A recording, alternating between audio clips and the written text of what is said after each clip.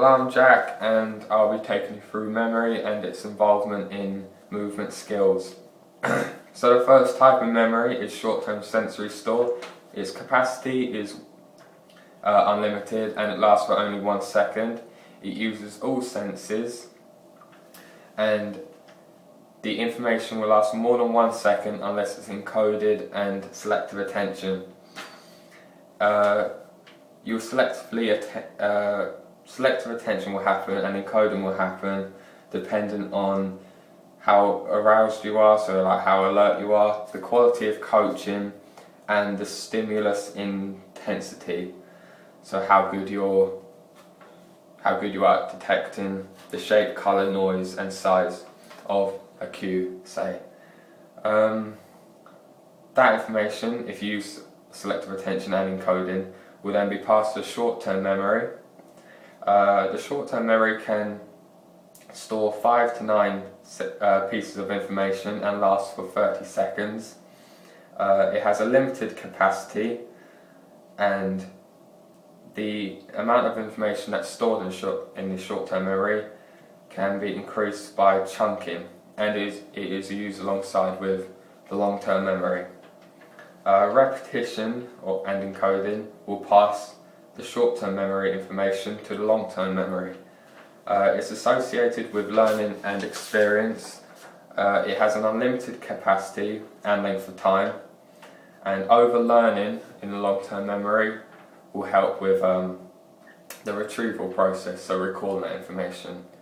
For example, a practical example of retrieval would be a free kick. So you've practiced that free kick many times, and retrieval will help you in the long-term memory, will help with the process of kicking that ball into the goal, say. There are 3 types of ways of improving memory, one of which is positive reinforcement, like say from a coach. That will help with retrieval. So say if you're practicing, your coach is very positive, he's giving you good feedback, important feedback, useful feedback, that will help with retrieval in the future and help with the memory by itself. Repetition, I kind of touched on this, but still, repetition will make a skill instinctive, so you're not going to have to think about that free kick. You're going to be able to do it without worrying where your foot has to be or the way your foot kicks the ball, say. You're not going to have to worry about that because it'll become instinctive. And also, if the information is instinctive, then that could be helpful with the short-term memory working alongside the long-term memory. So if that skill is instinctive, you're going to be able to adapt to, say, the wind, the pitch, the wall, how far away the goal is. That's an example of short-term memory. And then the long-term memory will just help with the execution of that kick, and the short-term memory help with the readjustments. Chunking, I've said this but still, chunking helps with memory and retrieval. A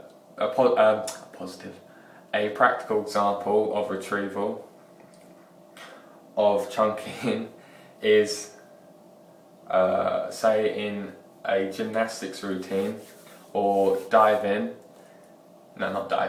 gymnastics routine. If you chunk that information to smaller pieces, you're going to be able to remember it and then link that information together to make the routine fluent and look natural and easy, say. And I think that's it. So thanks, I've been Jack Masham, and that is memory and its involvement in movement skills. Okay.